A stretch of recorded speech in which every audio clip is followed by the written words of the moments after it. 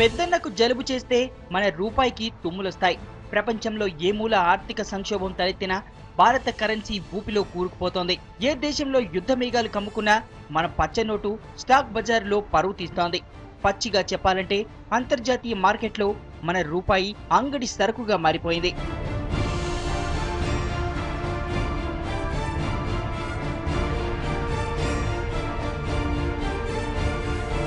Syria crisis Indian రూపీని గజగజలాడిస్తోంది.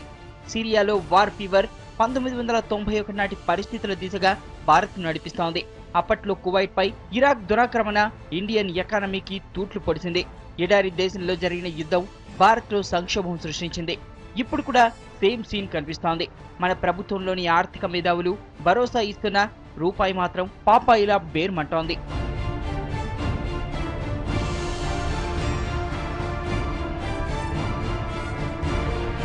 సిరియాలో యుద్ధ వాతావరణంతో ఆయిల్ ప్రైజెస్ అమాంతంగా పెరిగే ప్రమాదం ఉందంటున్నారు ఆర్థిక మేధావులు. డాలర్తో పోల్చితే రోజురోజుకి క్షీణిస్తున్న రూపాయి మరికొన్ని రోజుల్లోనే 75 నుంచి 78 రూపాయలకు పడిపోయినా ఆశ్చర్యపడాల్సిన అవసరం లేదంటున్నారు.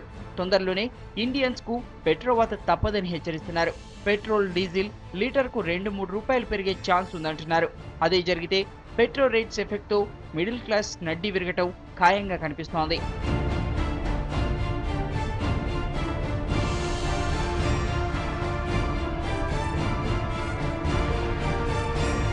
దిగుమతులపై 52% హార్డ్ క్యాష్ ఖర్చు చేస్తున్న ఇండియన్ ఎకానమీ 1991 సంక్షోభం ఎదుర్కొనే టైం దగ్గరలోనే ఉందంటున్నారు ఆర్థిక రంగ నిపుణులు. సిరియాలో నెలకొన్న పరిస్థితులు భారత ఆర్థిక వ్యవస్థపై ప్రభావం చూపటానికి పాలకుల విధానాలే కారణమని తేల్చేస్తున్నారు.